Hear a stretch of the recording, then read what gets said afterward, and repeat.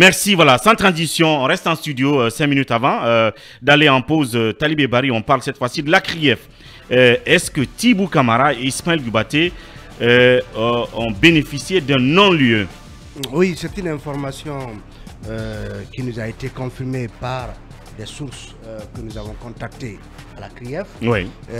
On nous annonce une ordonnance de non-lieu de la Chambre de l'instruction prise avant-hier mercredi, laquelle aurait déjà été signifiée aux parties à ce dossier, donc signifiée donc aux deux concernés, Tibou Camara, ancien ministre de l'Industrie, mais aussi conseiller spécial sous Alpha Condé, et Ismaël Dubaté, ancien ministre du Budget, oui. Donc ont bénéficié d'un non-lieu de la part de la Chambre de l'instruction de la CRIEF. Dans quel dossier précisément où ils ont été? En tout cas, c'est dans le dossier dit Nabaya Gate, oui.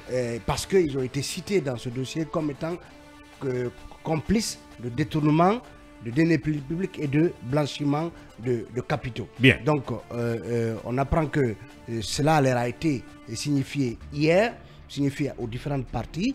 Donc, mais puisque vous le savez, une décision de la Chambre de l'instruction n'est jamais définitive. Définitive n'est jamais une chose acquise. Parce qu'Ali est toujours aux aguets. Ali est toujours aux aguets, systématiquement. Ouais. Si cela même est vérifié, on apprend, en attendant que cela soit confirmé, que même l'ordonnance de non-lieu dont a bénéficié Yaya Sow aurait été attaquée déjà par Ali Touré. C'est ce que nous apprenons, toujours auprès d'une source à la CRIEF.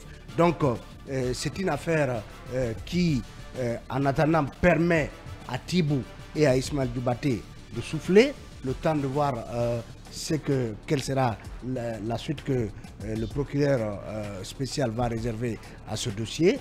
Donc, vous le savez, en tout cas, l'appel peut être venir non seulement du procureur spécial, mais aussi de l'agence judiciaire de l'État, mais également même les différentes parties au procès, les principaux concernés peuvent faire appel. Donc ça veut dire que pour le moment, c'est l'info. Et l'affaire Zenabaya, c'est l'affaire de 200 milliards, c'est cela? Oui, l'affaire de 200 milliards. Sous Alpha Condé. Sous Alpha Condé. Bien. Donc on attend de voir. Et on n'en sait rien du sort de Zenabaya elle-même, l'ancienne ministre. Donc Zenab Dramé. Oui, bon, en tout cas, s'il y a une ordonnance dans le dossier, on se pose la question quel est le sort dans ce dossier de Zenabaya, mais aussi de Fola Mansaré, vous vous rappelez, cette dame, voilà, oui, dont à l'époque qui a été parlé à l'époque, mais vous le savez ici, plusieurs fois, Akumba même était revenu sur ce dossier, montrant par exemple que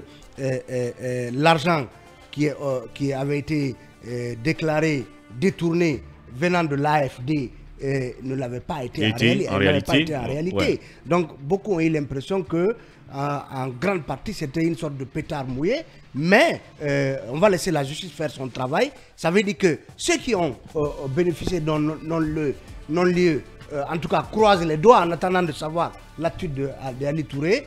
Est-ce que les deux autres, donc Mme Nabaya et Fola Mansaré, quelle est leur situation? Mais donc ça veut dire que les uns peuvent croiser les doigts pour savoir quelle va être l'attitude d'Ali Touré, les autres peut-être aussi s'interrogent sur leur sort. Toujours est-il que Mamadouri, dans cette affaire de CRIEF, au regard de la précipitation, au regard de cette logique qui voulait que tout le monde soit arrêté et placé en détention, beaucoup d'affaires vont se dégonfler d'elles-mêmes parce que, franchement, un travail sérieux n'a pas été fait. Il n'y a pas de consistance en réalité. Par le parquet à l'époque. Donc, on attend de voir justement les derniers développements dans cette affaire. Merci Talibé. Le temps d'une pause et puis on revient sans doute pour aller cette fois-ci parler du procès du 28 septembre sous un autre angle bien entendu.